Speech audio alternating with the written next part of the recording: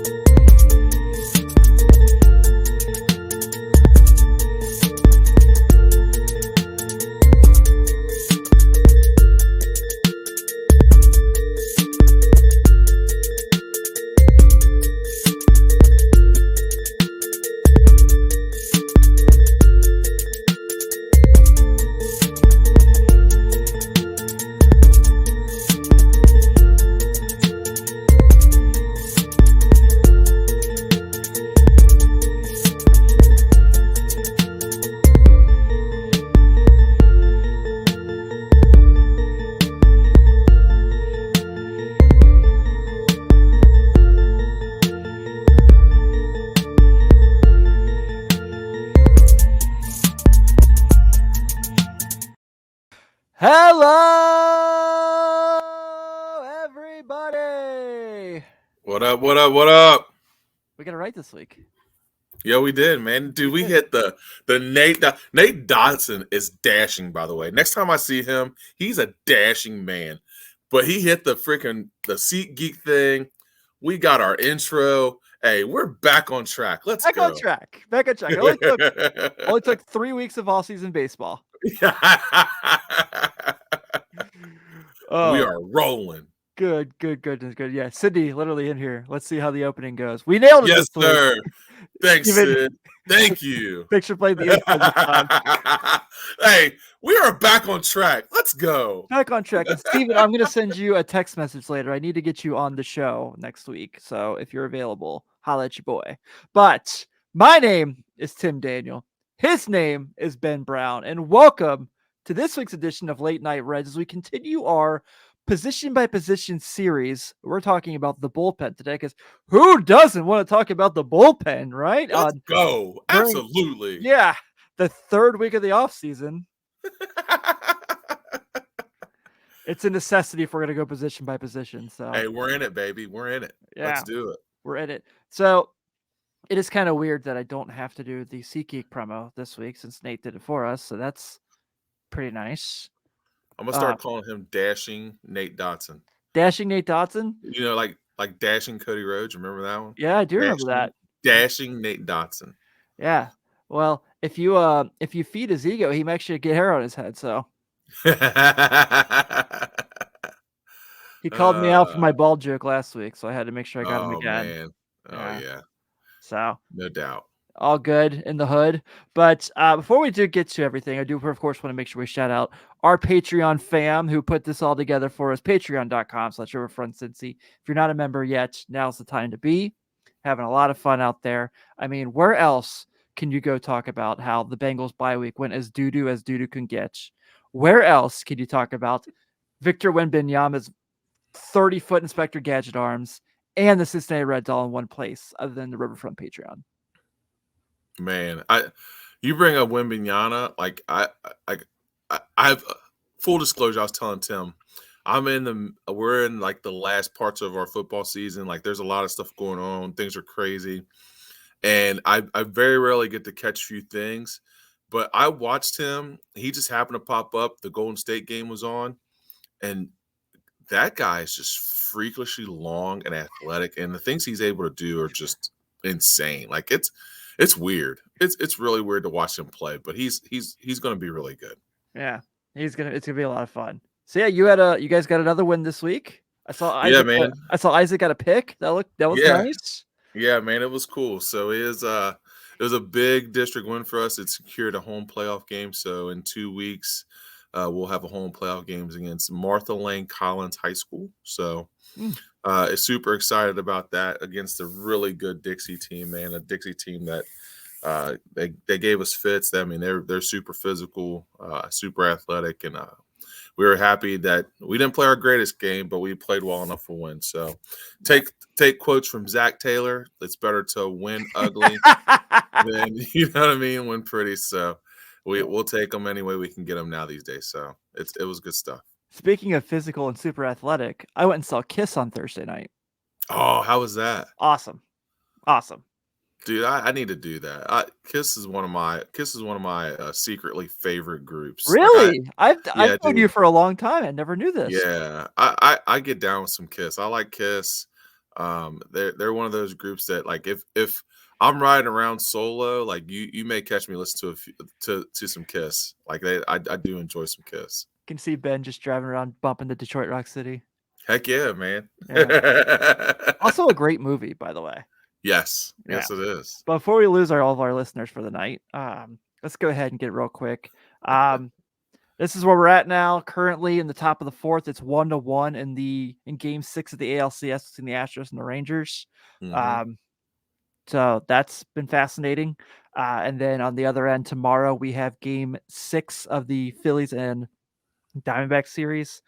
I want to see the Phillies. I mean, I love the Diamondbacks. I really enjoyed, but the Phillies are so freaking fun, and I would love to see them get back to the series, man. But a Rangers Diamondbacks World Series would be pretty cool. Yeah, it would be. I like the Phillies because I just feel like any team that goes up there and just tries to hit tanks, I love. That's the whole gameplay. They're like, they like play like a beer league softball team. Yeah, they're like, we ain't playing singles. Forget that. Hitting, stealing, hitting, and running. Forget all that crap. We just hit bombs. That's what we do. So like any team that gets up there a beer league just trying to hit tanks, like there's no reason why you would have Kyle Schwarber on your team, but to hit tanks out the right. Like, he does not do anything well for you defensively. He's not gonna move a runner from second to third with a pop fly. That's not his job. His job is to hit taters. So watching them guys just hit bombs is a lot of fun. So I want to see the Phillies make it. Yeah. Hey, by the way, did you know that Kyle Schwarber's from Middletown? Yeah. You know what? We met Kyle Schwarber because he was a Cincinnati Flame, and my kid played for the Flames, and he actually came and did a meet and greet with our kids when we were at 10U. If I search back through my phone far enough, I bet I have a picture with Isaac with Kyle Schwarber. How about that? Pretty interesting stuff. Yeah, we got a chance to meet him. I was 10U, so it was probably 6 years ago. He was a good dude. Yeah. Came in, spoke to the kids, actually had a really good message. Former Indiana Hoosier. Yep, absolutely. Yeah. But just figure we had to make sure Kyle Schwarber was mentioned on a Cincinnati-based show. So we had to make sure we mentioned that he was from Middletown. Oh, and the Rangers just took a 2-run lead. So just like that. Just like that. See, Aroldis Chapman once again won a World Series for being a middle of the year trade candidate. Mm-hmm. It'd be kind of cool. Absolutely. Let's check this out real quick because this was announced today, this weekend. Friday, I guess. Whew. But how about Spencer Steer and Matt McLain? First team all rookie, which I didn't realize baseball actually had. Yeah, I didn't either. So that's pretty awesome. Steer making as a DH, McLain making as the second baseman. Shout out our boys doing big things. We talked about them all year, but they were probably the two best positional players in the team. Yeah, absolutely. I mean, at some point, one of those guys carried us offensively, right? One or the other. I mean, they were incredible all year. Our season started to take a down, like not really a downturn, but our playoff chances became less likely when Matt McLain got hurt because he was one of the two guys that we knew that consistently would go 1 for 3 or 2 for 4 with an RBI in our lineup. And once he went down, our lineup kind of took a turn for the worse. So super cool to see them guys get recognized. We said that all year that we thought that Steer or McLain before he got hurt should have been up for Rookie of the Year, and it was cool to see them get that recognition. Yeah, absolutely. So it was Jonah Heim hitting a 2-run bomb. Mitch Garver was on the bases. So okay, So Mitch Garver putting a stamp. This is the Mitch Garver game. Hit the homer in the first I inning. was going to say he did hit the home run in the first inning. Yeah. So I think that's going to put him out of the Reds' potential buying candidacy. So, Yeah. by the way, before we get into this bullpen talk that I know everyone's just dying to hear, local Luke, you like it? I'm excited.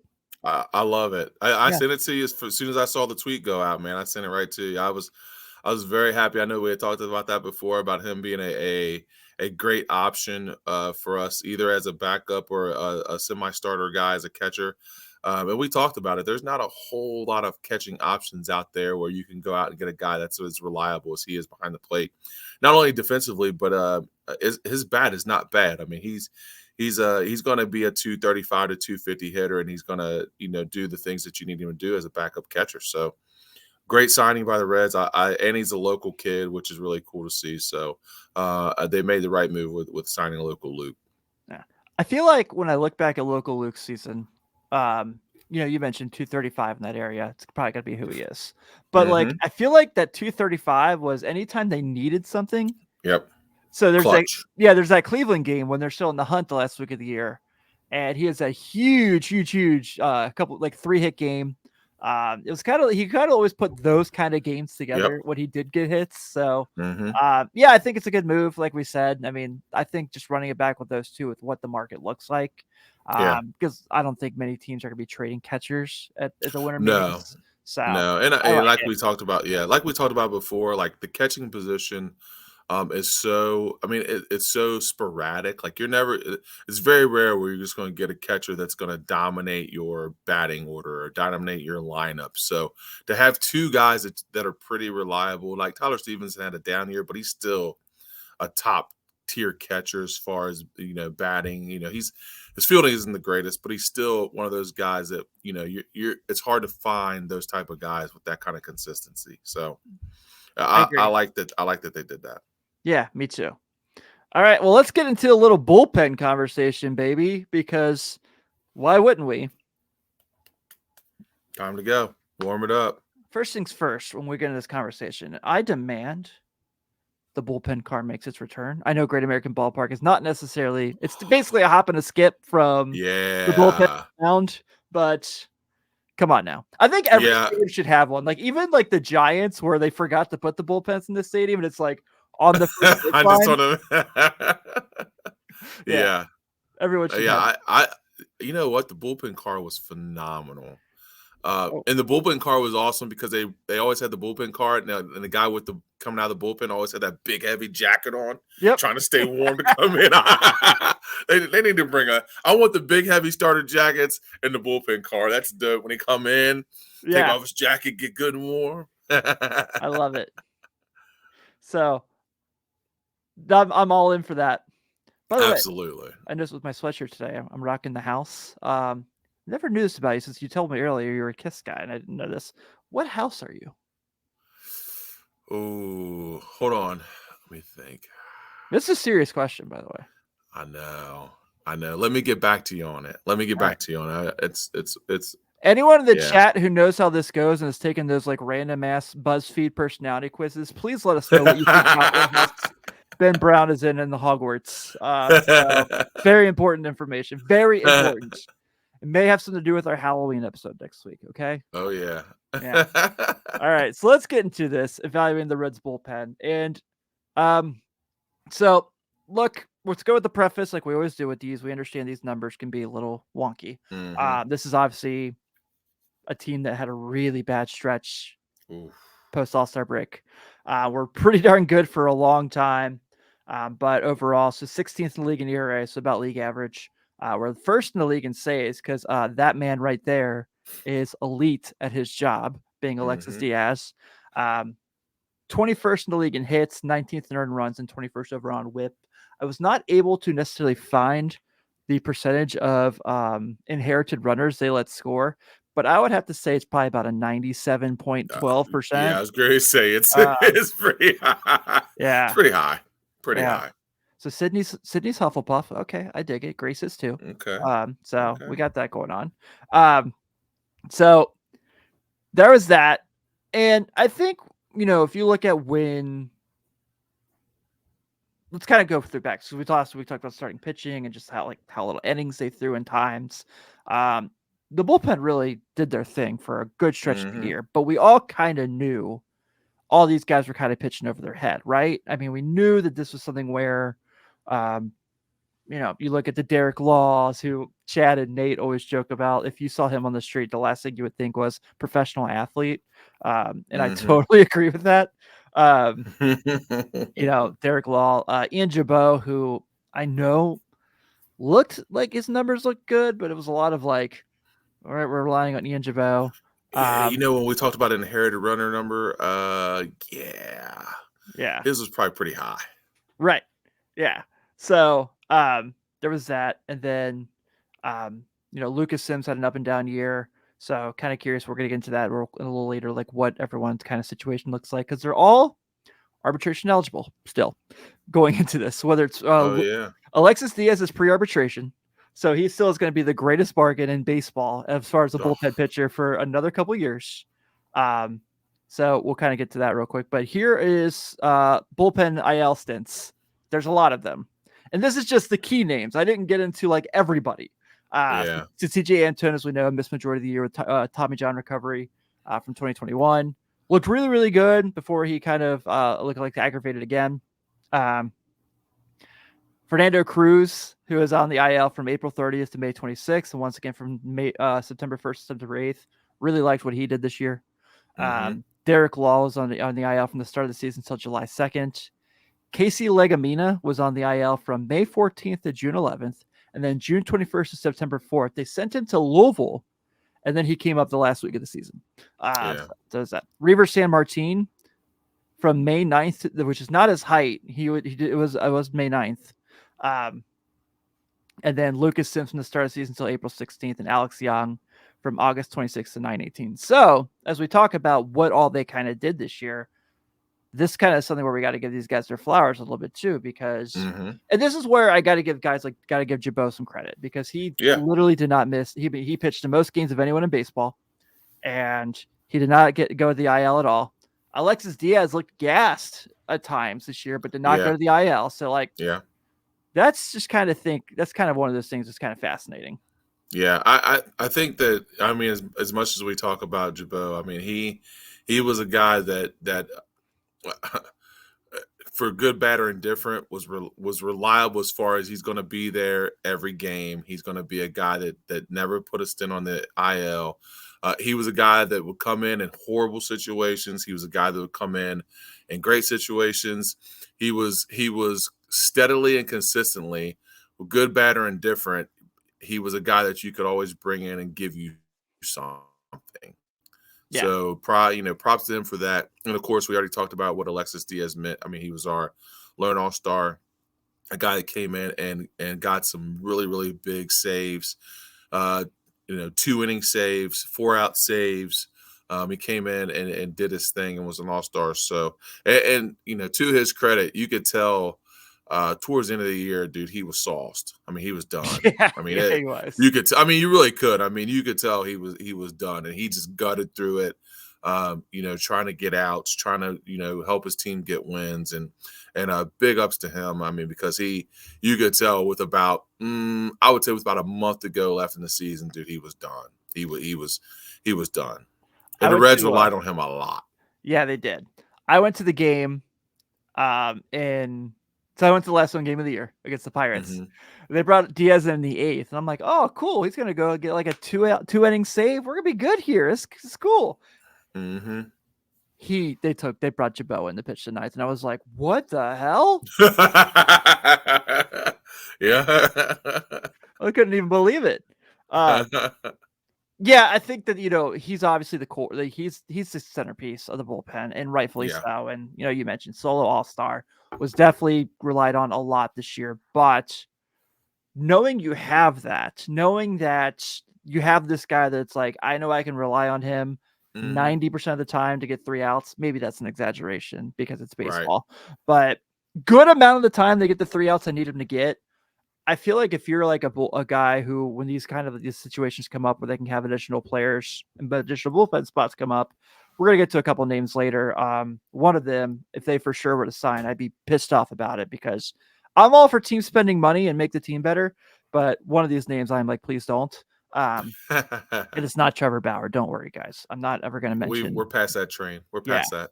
We're past that train. But I feel like when you looked at like when Chapman was so dominant in 2012, Mhm. it was like, well, there was Sean Marshall was there. They traded for Jonathan Broxton. You were like, all right, cool. Like those are our three dudes. Yeah. So it's going to be really fascinating. But Yeah. I'm so excited to see how Alexis Diaz continues to get better because he was the guy at the beginning of the year. Everyone was like, maybe they'll trade him. Like maybe they'll trade him to the Mets or somebody, and he can go like fill in for Edwin while Edwin's out. And I was like, maybe Edwin wants to come here and pitch for a better, for a better team. Exactly. And you know, the good thing about Alexis Diaz is that he has already shown and proven that he's got the stuff to get people out. And it'll be the Reds' job to put other people around him in order so that he can come in and actually, you know, pitch a little less, but get quality outs and get quality saves like he's been able to do. You know, the best part when the Reds are good, like you said, when you had Chapman and Broxton and those guys around him that were able to get those eighth inning outs or possibly even save you from having to go in to do, you know, to get a save and use different people on different nights. It saves that guy, and it only helped Chapman that year to stay strong and be competitive every outing. So it'll be up to the Reds to bring somebody in to be like, okay, Alexis Diaz is great, but we can't have him gassed at the beginning of September when we're starting to make a run. We need to have guys around him to be able to get outs when we need to if he needs a day or if he needs a night off or needs whatever. We got to have other guys that can get outs. Wasn't it like July that year when Chapman gave up his first run? It was something insane. Maybe middle of June. It was early July, I think. Like it was insane. It was he was just lights out. Yeah. Sydney asks if Hunter Strickland available. As a matter of fact, Spot Track does have him listed currently as an unrestricted free agent. Ooh. No, we did that before. Good. I think the current person wearing 54, Colin Cowgill, was better for the Reds than Hunter Strickland was wearing 54 last year. So, but we're saving that for Sonny Gray when he comes back next year, right? So, yay. Yeah. Hey, speaking into existence, Tim. Speaking into existence. That's what we do here. That's what I try to do. You want to see the funniest list of the bullpen for the 2023 season? All these guys made appearances for the Reds this year. Let's just go through the list, shall we? Sure. Number 1, Ricky Karcher. Well, legendary all-time Ricky Karcher. He may only have one appearance ever in the majors, but we will never, ever, ever forget the night. It's like the 18-inning game in Philadelphia when Wilson Valdez was the pitcher for the Phillies that got the win. That's what the Ricky Karcher night's going to be like in Kansas City. Was. Yeah. It was magical. It was magical. And topped off, icing on the cake, just the post-game press conference with Jim Day, the post-game interview with Jim Day, when he friggin' says, when he just goes, "Holy shit!" You see Jim Day go, all time. Oh man! Alec Mills pitched, I think, a game for the Reds this year. Randy Wim, Michael Mario, Jake Wong, Joel Kuhnel, Chasen Shreve, Tony Santillan, Connor Overton, Levi Stout, Silvino Bracho, Alan Busevich, Eduardo Salazar, Casey Legamina, TJ Antone, and Kevin Herget. All made, I think this is like when I put this together, it was like very, very small amounts of appearances for this Reds bullpen this year. How many of these names do you think we will remember in 4 years? Take Antone out of it and take Karcher out of it because that'll live on forever. Yeah. Ooh, that's a rough list, man. That's a really rough list. Yeah. Tony Santillan, I'll remember because he was pretty decent. His 1 year he was actually on the team in 2021.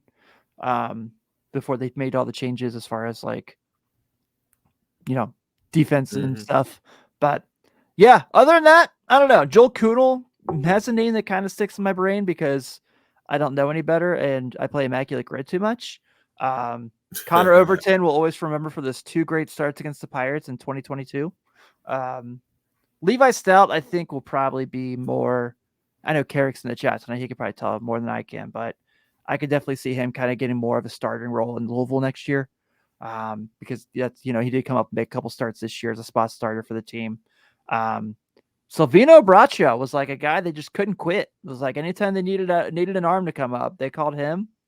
Same with Bucevic, and then I don't think I'm saying his name right. And I like Casey Legamina. I do like him. I think he's pretty decent. But yeah, that's a list, man. That is a list. A who's who. Yeah. I mean, we've had these in the past. So like what was it last year? They had pretty similar, kind of like a revolving door of like WTF guys. Mm-hmm. But I think that also, when we look at everything big picture, got to give some props, right? This team won 82 games with that. Was one day away from making the playoffs. I mean, we didn't know our fate until 161. So I mean, we battled through with a who's who of relievers. Yeah, man, like probably 14 guys that couldn't pick out of a police line. And I watched. I'd say I watched about 159 of those games. So, I mean, it's pretty wild. Carrick says he thinks Sal ended up as a reliever. Not sure if they move him this year, though. I could see that. That's one of the things I was going to bring up here as well. So here's the salary situation for everyone.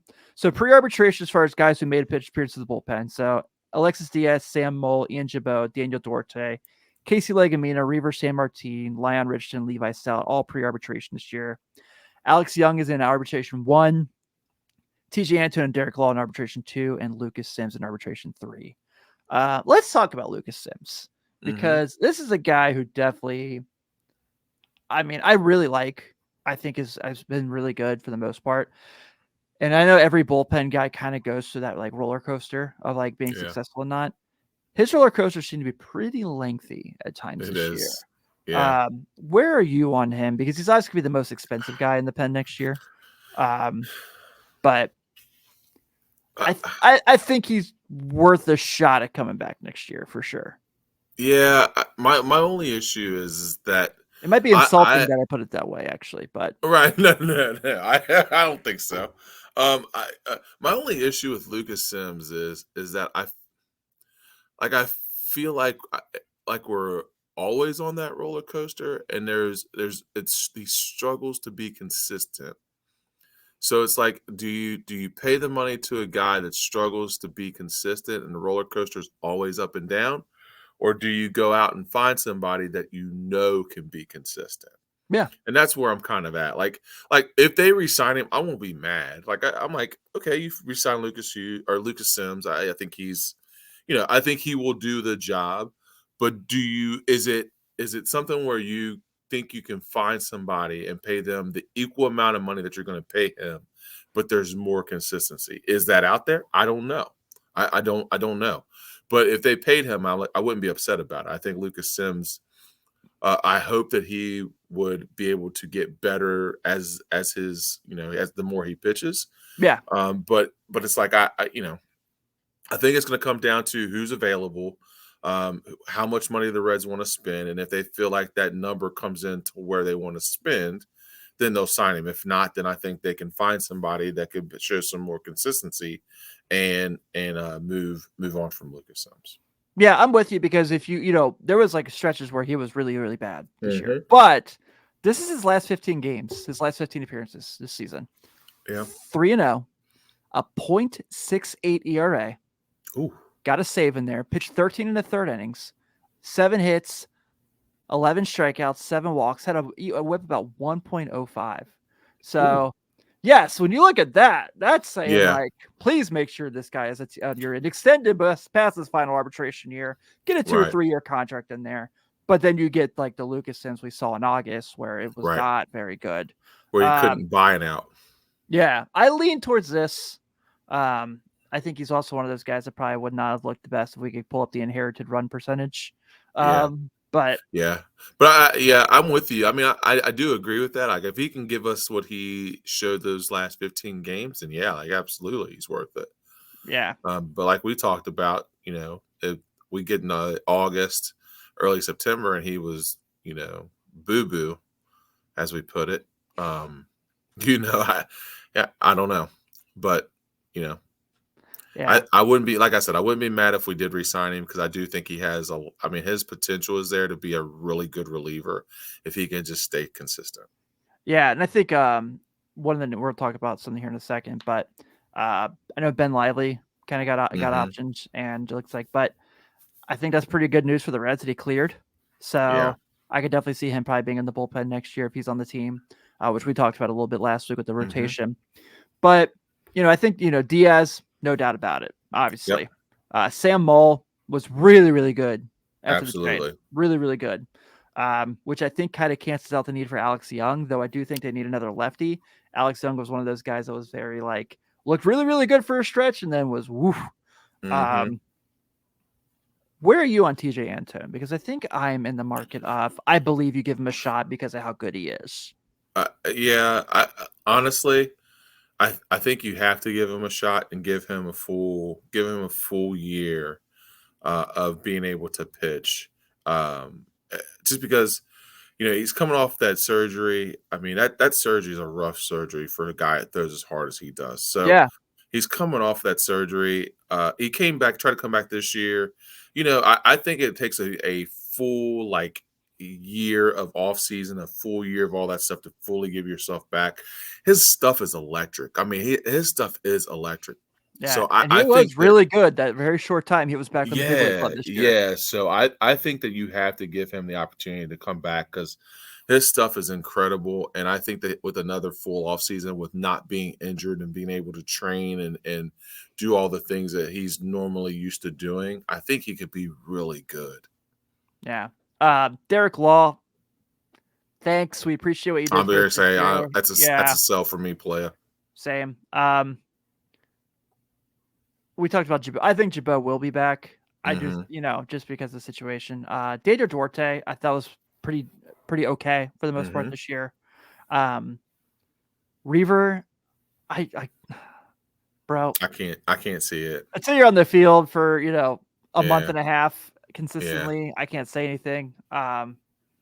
Richardson's a kind of an interesting situation because I could see him kind of being a swing guy as well. So I think Carrick said earlier, guys he thinks are back. I'll pull this up real quick, and I think he's right. Diaz, Fernando Cruz, Ian Jabot, Sam Mull, Lucas Sims. I think that's fair. Yeah. Yeah. I don't love Ian Jabot, as I've mentioned many times on this show this week. Not the most trustworthy guy, but kind of curious to see, because what's minor league bullpen guys isn't necessarily something that sounds super sexy, right? Like you're not except for Alexis Diaz, of course. Like Aroldis Chapman came up as a starter in the minors, and so there are guys that do it, but a lot of them are converted starters. So curious to see what that's going to look like. But there's also this possibility. Before we get into this and anyone gets mad at us, I'm strictly going to say possibility here. I'm not saying this is going to happen. I'm not saying I would do this. Right. But these are names who have come up in this conversation. So who could go to the right? Listen, we're going to preface. These are our thoughts. Like this is not set in stone. This is not sent to us by the Reds. We are just giving our opinion. And I'm asking for interaction from our listeners. Absolutely. To get their thoughts on it as well. Speak up. Yeah. So this is who could go to the bullpen from the rotation this year, just because guys are coming up. I mean, we just talked about Chase Petty last week. We just talked about Rhett Lauder, Ty Floyd. Like those dudes are coming up. So what's that rotation look like here in a couple years? And like if they sign a guy like we talked about, like what's that going to look like? So could any of these guys go from the bullpen to rotation? Is probably a better mention. Yeah. So, I see Sydney says Hunter Green is missing from switching to the pen. We are just going to go ahead and cancel that conversation out. He got his money. He's one of 3 guys currently on contract for next year. Well, 4 technically if you count Votto and Casali. We obviously know how that's going to go. Right. I can't imagine a situation where Kirk Casali is back on the big league roster next year, but that's a conversation for next week when we do the catchers. Right. All right. So potential names could go from the bullpen to the rotation. Brandon Williamson might just be a situation where there's just too many guys. I think he's a good major league pitcher. I think he was really, really good in stretches this year. I'm a fan of his. For a guy who looked like he kind of had that situation. Nick Lodolo, I am definitely not one who thinks he's going to end up in the rotation. I mean, in the bullpen. Too damn good. I just want him to be healthy because I think when he's healthy, he's very awesome. Graham Ashcraft, maybe a bullpen guy who can just get a ton of ground ball outs. I think he's a rotation guy but interesting. Does Connor Phillips counter Graham Ashcraft on this? And does Connor Phillips become a starter? Because I think Phillips is a starter. Yeah. I mean, like you said, dude, there's a lot of arms. I mean, we're going to have to make some moves somewhere. That's a good one. That's a good one. Yeah. And then you got Lyon Richardson and Levi Stout. So depending how that shakes up, it's going to be really, really fascinating. Carrick says I wouldn't move any of them this year. It just depends on who they sign. Right. That's the biggest thing is that seeing who we sign. If they sign really should be the biggest question, but that's not what I'm not dogging on the front office. Nope. I'm just realizing everything we say with Reds fans, like Twitter is insane now. Like I can't get on there because we're not dogging the front office. We're just stating our opinions, guys. You know what I mean? Like this is what we do. Yeah. But no, I mean it does. A lot of it does depend on who we sign and what kind of moves we make or trades or whatever the case may be. There's a lot of things out there. But I think Graham Ashcraft, I think, is a pretty good option for the bullpen. He's a guy that can give you a long relief stint. Not saying that he's not a rotation guy. I'm not saying that. Right. But I'm saying if you want to move a guy who's going to get you ground ball outs, who can give you 2.5, 3 innings in a bullpen type situation where you need it, where a guy comes in, say your starter doesn't go as long. You need a guy for the 5th, 6th, and 7th. Graham Ashcraft is perfect. He's going to give you ground ball outs. He's a converted starter, so he can go long innings, and he's used to having to make pitches more than one time through a batting order. So he's a guy that can get you through. If you have to use him in long stints, he's a guy that's used to doing that. So I think it makes sense if he's a guy that wants to move to the bullpen. I think it's a good move. Yeah. Ty Floyd. Not saying they will. Saying they will.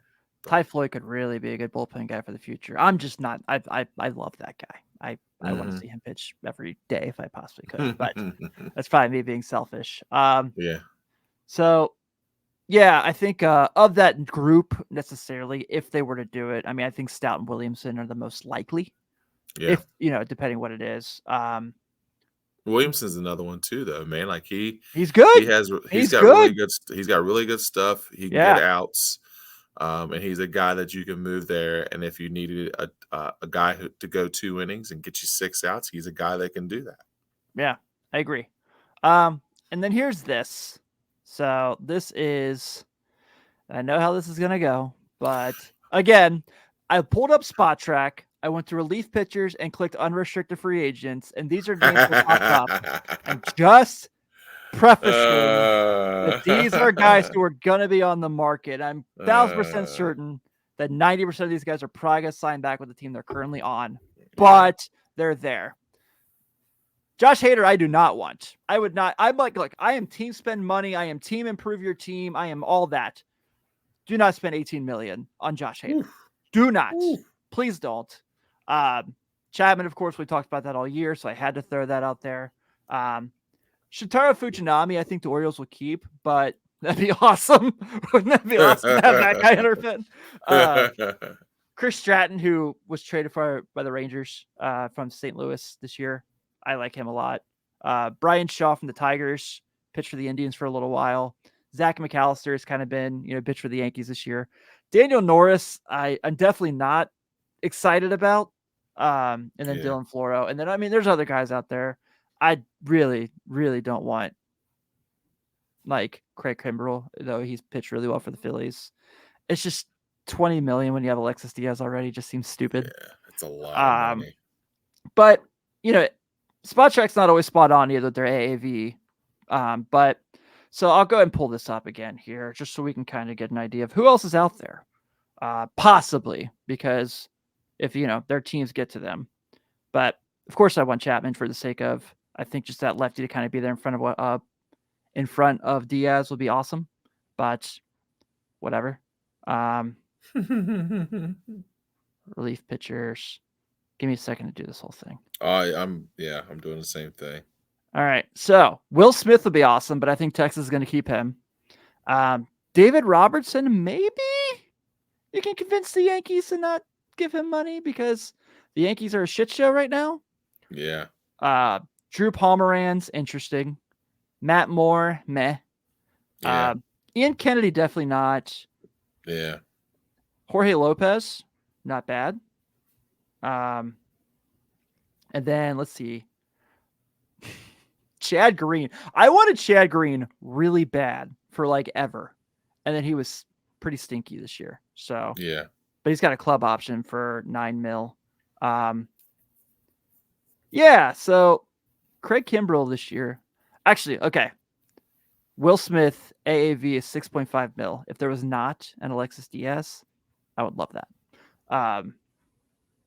Roldis Chapman, they're saying 7.1. I doubt the Reds pay that for a setup guy. Yeah. But Chris Stratton looks a little interesting. Brett Suter, 2.9. Might do that. Oh, wow. That's not bad. Might do that. I don't want Jordan Hicks. They're saying Buck Farmer is going to get 5.3 next year. What? That's the AAV for Buck Farmer on Spot Tracks. Wow. No. Wow. If it is, I hope it's not here. No disrespect to Buck. You're a nice guy. But you cool and all, but 5.3 mil for Buck Farmer? Yeah. Nah, it's a hard pass for me, Playboy. That's a no for me, dog. Oh, here's a funny name that popped up. Archie Bradley.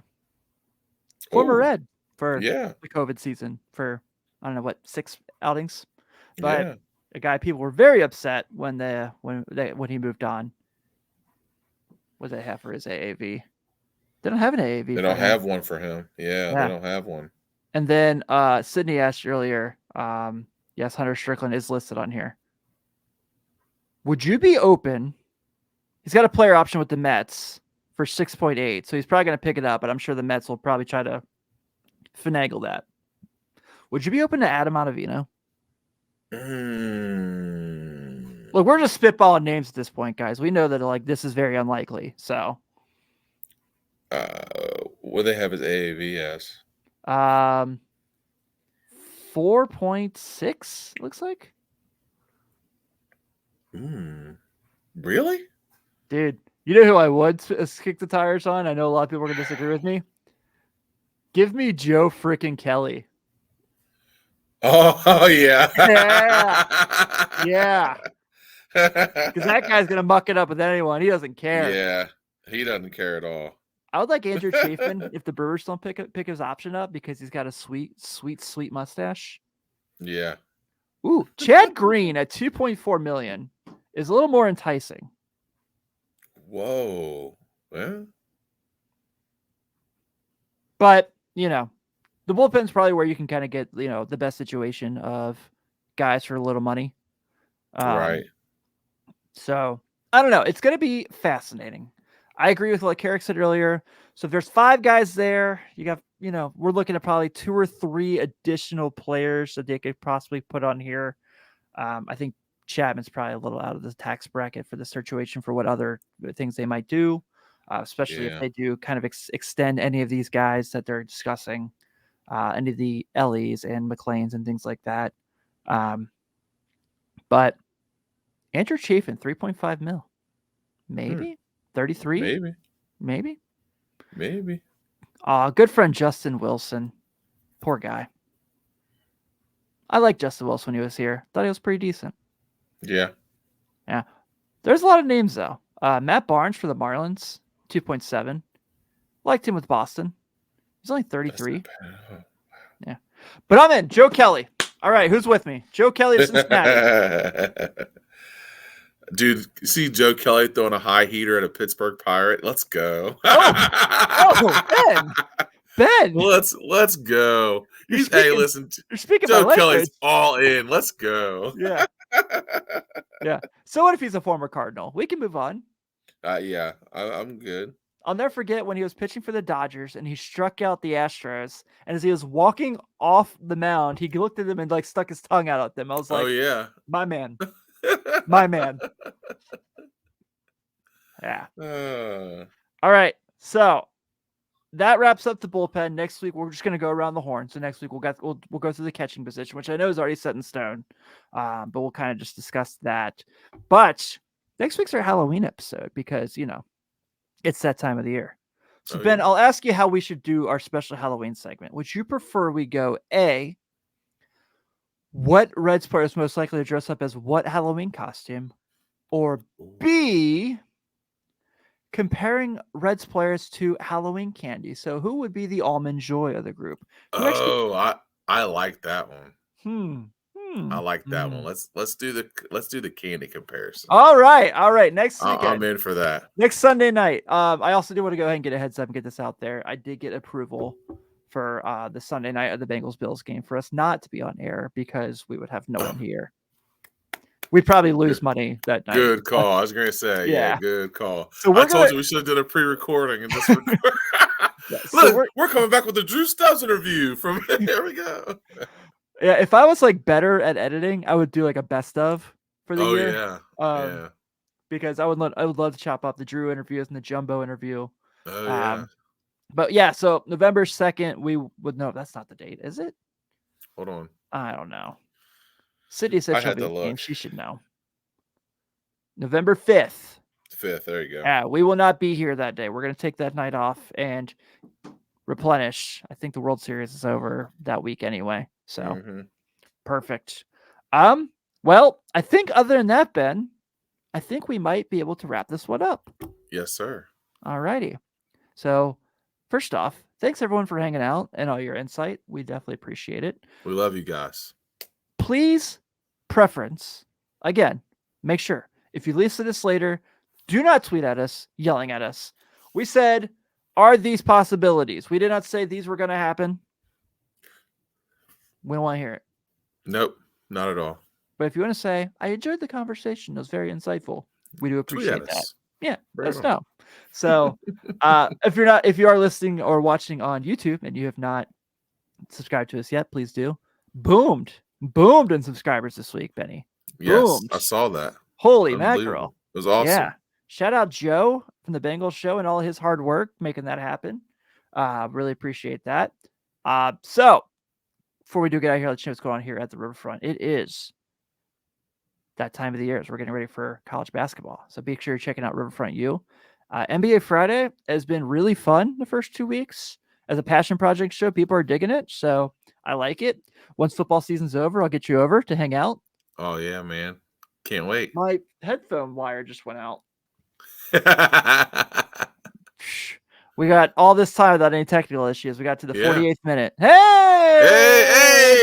Old friend 48 minute. Yes, sir. So we'll be doing that. Ryan's going to have an update on UC's loss to Baylor this week. Maybe talk a little bit about Big 12 Media Day. Yowza. And I will be starting pretty soon with getting ready for the Xavier basketball season. So oh yeah, it's going to be a lot of fun. Oh, yeah. All right. Well, on behalf of Ben, this is Tim Daniel. Make sure you're checking us out. Make sure you're checking out the Riverfront Primer on Friday with Chad and Nate as they answer all your other questions about the offseason and sometimes do it with Anchorman quotes. That was a good episode. I liked it. Joe and Greg should be back this week getting you guys ready for the Bengals-Niners fiasco. Not excited about that game. It's not going to be very fun. It's going to be pretty painful. But thank you guys. Have a good week. We'll see you soon. See you guys.